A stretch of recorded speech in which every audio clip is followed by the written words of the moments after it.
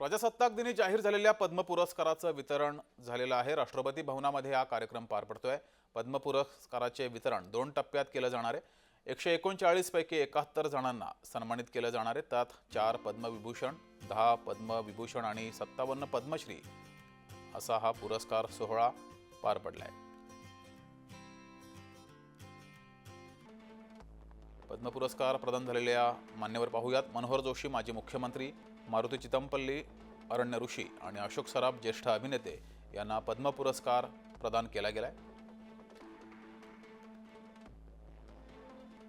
राष्ट्रपती द्रौपदी मुर्मू यांच्या हस्ते हा पुरस्कार प्रदान करण्यात आलाय।